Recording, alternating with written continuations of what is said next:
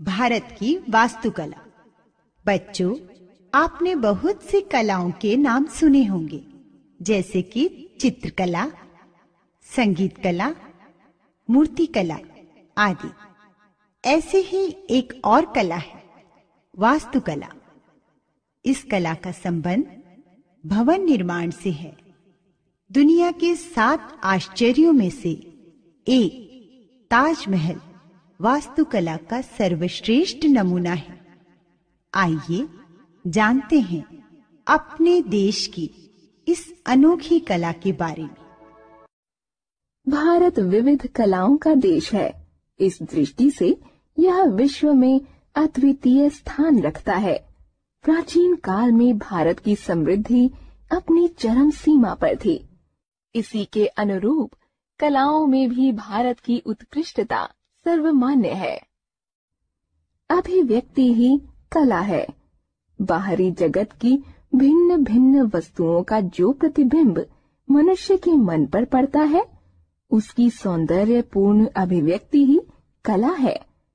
कला का संबंध नियमों से न होकर व्यक्ति से होता है। अतः व्यक्ति या कलाकार किसी भी माध्यम से अपनी कल्पना को सुंदर रूप में अभिव्यक्त करे, वह कलाकृति ही कहलाएगी। ये कलाएं ललित कला और उपयोगी कला 2 विभागों में बांटी जा सकती हैं। उपयोगी कलाओं में बढ़ई, कुम्हार, सुनार, राजमिस्त्री, जुलाहे आदि के व्यवसाय आते हैं, जबकि ललित कलाओं के अंतर्गत वास्तुकला, मूर्तिकला, चित्रकला, संगीत, नृत्य कला और काव्य कला, ये 5 कलाएं आती हैं। मूर्त आधार की कलाओं में वास्तुकला आती है। वास्तुकला भवन निर्माण की कला है। भवन के लिए उपयुक्त स्थान, उसकी स्थिति, दिशा, सामग्री आदि बारीकियों को ध्यान में रखकर बने भवन ही वास्तुकला के उत्कृष्ट उदाहरण होते हैं। भारतीय वास्तुकला की परंपरा अत्यंत प्राचीन काल से चली आ रही है। इतिहास की बात लें तो आज से लगभग 5000 वर्ष पूर्व सिंधु घाटी की सभ्यता में इसके चिन्ह मिलते हैं। मोहनजोदड़ो और हड़प्पा नाम के 2 नगरों में वास्तुकला के श्रेष्ठ नमूने मिलते हैं। इन नगरों में मकान 2 मंजिले और पक्की ईंटों से बनाए गए थे। मकान का प्रत्येक कक्ष विशेष स्थिति को ध्यान में रखकर निर्मित किया गया था। स्नानागार का अपना महत्वपूर्ण स्थान था। सिंधु घाटी सभ्यता के बाद मौर्य काल में भारतीय वास्तुकला अपनी चरम सीमा पर थी। सिकंदर के आक्रमण के पश्चात चंद्रगुप्त मौर्य के काल में देश अत्यंत संपन्न हो गया। यूनान के राजदूत मेगास्थनीज ने अपनी पुस्तक में चंद्रगुप्त मौर्य के महल का बड़े विस्तार से वर्णन किया।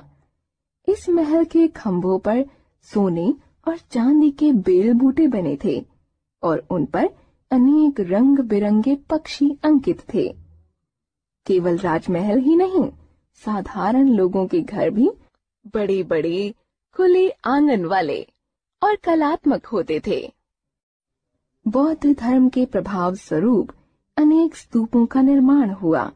मध्य प्रदेश की राजधानी भोपाल से 30 किलोमीटर दूर बना सांची का स्तूप विशेष उल्लेखनीय है। यह नारंगी की तरह गोल है। बौद्ध काल में अनेक स्तंभ भी बनवाए गए थे। सारनाथ का स्तंभ मौर्य काल की वास्तुकला का उत्कृष्ट नमूना है। इसमें ऊपर पीठ से पीठ लगाए 4 सिंह खड़े हैं, पर दिखाई 3 ही देते हैं। नीचे बीच में चक्र है और इधर उधर हंस, दौड़ते घोड़े, हाथी तथा सांड है। यही चक्र हमारे राष्ट्र ध्वज में भी अंकित है और चारों सिंहों की आकृति हमारे देश के राजकीय कागजों की मोहर है। केवल वास्तुकला ही नहीं, अन्य कलाओं की दृष्टि से भी गुप्त काल को भारतीय कला का स्वर्ण युग माना जाता है। इस युग में ललित कलाओं, स्थापत्य कलाओं और उपयोगी कलाओं में अद्भुत उन्नति हुई। इस काल में अनोखे कलात्मक मंदिर बने। गुप्त काल का सबसे सुंदर मंदिर उत्तर प्रदेश के ललितपुर जिले में देवगढ़ का दशावतार मंदिर है। इसमें 12 मीटर ऊंचा एक शिखर है, 4 मंडप हैं तथा खंभों पर अत्यंत सुंदर मूर्तियां बनी हैं। दिल्ली में कुतुब मीनार के पास बना लौह स्तंभ धातु विज्ञान का अद्भुत नमूना है। महाराष्ट्र में मुंबई के समीप समुद्र में पर्वत शिलाओं को खोदकर बनाई गईं एलिफेंटा की गुफाओं और औरंगाबाद के पास मिली एलोरा की लगभग 30 गुफाओं में प्रत्येक दृष्टि से वास्तुकला का अध्ययन किया जा सकता है। इनमें मूर्तिकला और चित्रकला के अनुपम उदाहरण प्रस्तुत किए गए हैं। अजंता एलोरा की गुफाओं की चित्रकला के नमूने तो अद्वितीय हैं। ऐसा लगता है कि गौतम बुद्ध के शिष्यों ने पर्वतीय प्रदेशों में साधना के लिए एकांत स्थान खोजे और वहां बुद्ध कथाओं को गुफाओं में खोद खोद कर चित्रित किया। दक्षिण भारत में तंजावुर, चिदम्बरम, मदुरई, रामेश्वरम आदि स्थानों पर बने अनेक मंदिर इसके उदाहरण हैं। तंजावुर का बृहदेश्वर मंदिर विश्व भर में प्रसिद्ध है। इसका शिखर 200 फुट ऊंचा है। जिस पत्थर पर स्वर्ण कलश है उसका वजन लगभग 900 क्विंटल है। चिदम्बरम में नटराज की मूर्ति दर्शनीय है। तांडव नृत्य करते हुए शिवजी की इस चतुर्भुज मूर्ति के एक हाथ में डमरू और दूसरे हाथ में अंधकार और बुराई का नाश करने वाली ज्वाला है।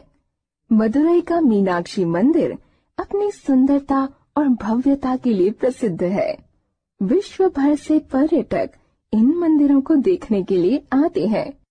दक्षिण भारत के मंदिरों में जिस उच्च कोटि की वास्तुकला के दर्शन होते हैं उससे लगता है कि भारतीय इस कला का विधिवत प्रशिक्षण लेते रहे होंगे, तभी तो विश्व को इतनी अनुपम भेंट दे सके। ओडिशा राज्य में बने कोणार्क के सूर्य मंदिर की वास्तुकला अद्वितीय है। इसमें सूर्य के 7 घोड़े बने हुए हैं। सभी ऐसे सजीव लगते हैं मानो अभी बोल उठेंगे। खजुराहो के मंदिर चंदेल राजाओं द्वारा लगभग 1000 वर्ष पूर्व बनवाए गए थे। इन मंदिरों की संख्या तो अधिक बताई जाती है, पर अब केवल 22 मंदिर ही बचे हैं। इन मंदिरों की दीवारों पर कलात्मक प्रतिमाएं देखते ही बनती हैं। भारत में मुगल साम्राज्य की स्थापना के बाद वास्तुकला के विकास में मुगल बादशाहों का विशेष योगदान रहा। ताजमहल वास्तुकला का सर्वश्रेष्ठ उदाहरण है, जो संसार के 7 आश्चर्यों में से एक है।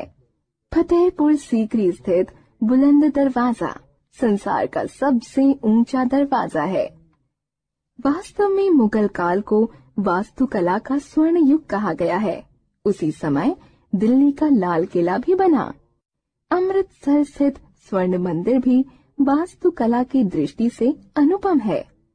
ईसाइयों द्वारा बनवाए गए अनेक गिरजाघरों तथा जैन मंदिरों की श्रेष्ठ बनावट दर्शनीय है। दिल्ली में स्थित बहाई मंदिर आधुनिक वास्तुकला का एक उत्कृष्ट नमूना है। इसकी आकृति कमल के फूल जैसी है, इसलिए यह लोटस टेम्पल के नाम से प्रसिद्ध है। वास्तुकला प्राचीन काल की हो या आधुनिक काल की, भारतीय कला का कोई सानी नहीं। कला का इतना उत्कृष्ट एवं अद्भुत रूप शायद ही कहीं देखने को मिले।